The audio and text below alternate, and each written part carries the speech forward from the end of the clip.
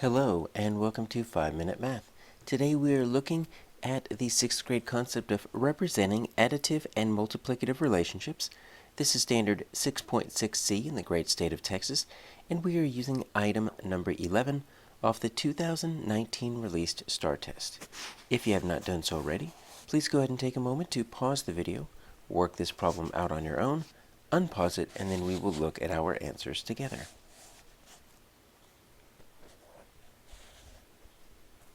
So we have a simple equation here, y equals 12x, and we need to match that to one of these four tiny problems that they are writing for us in our four answer selections, A, B, C, or D. But first, let's make sure we understand what type of relationship we have here. This is a multiplicative, and it's not because we have an x. Once we get past 5th grade into middle school, we really stop representing multiplication with an x, like a times. If we're ever going to do any type of multiplication, usually it's going to be a dot, which is not to be confused with a decimal, but there is no dot here. But we know it's multiplication because we have a number, 12, right next to our variable or our unknown x.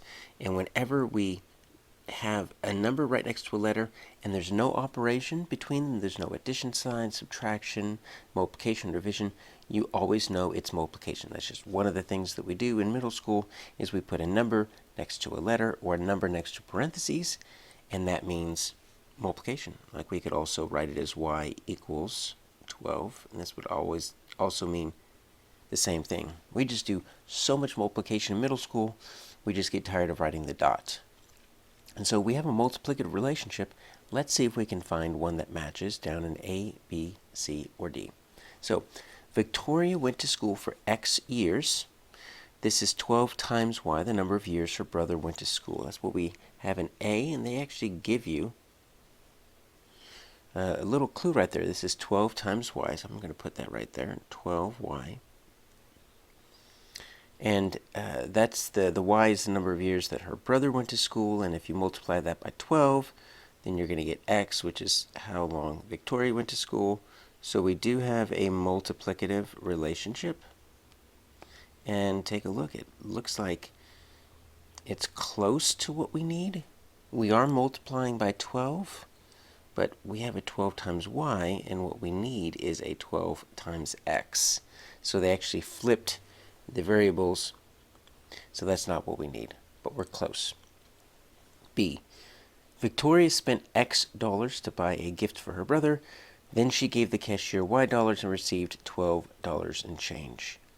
So she's going to give Y dollars, and she's going to get $12 back because she overpaid and she gets change. And if you take the amount that she gives, you minus from that 12, you're going to get X, the amount of money she actually spent on her brother's gift. Now, this is an additive relationship.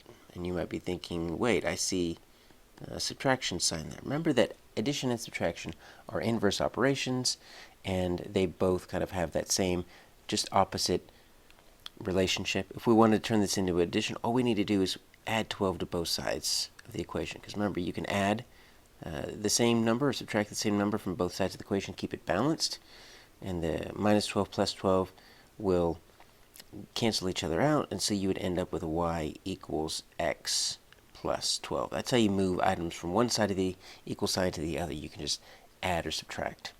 Either way, it's an additive relationship, so we're not doing it. C, Victoria has y dollars. This amount is 12 times x. So we're going to say 12 times x. The amount of money that, in dollars, that Victoria has. So Victoria's brother has x, multiply that by 12, you'll get y, which is how much money she has. And even though we've got the y on the right side instead of the left side, that looks like that is going to be it, because we do have that multiplicative relationship. And let's just verify that our D selection is incorrect. Victoria is Y years old. Her age is 12 years greater than X. So you take your X, you add 12. That's her brother's age. And then we're going to get Y, which is her age, which is incorrect, and the answer is C.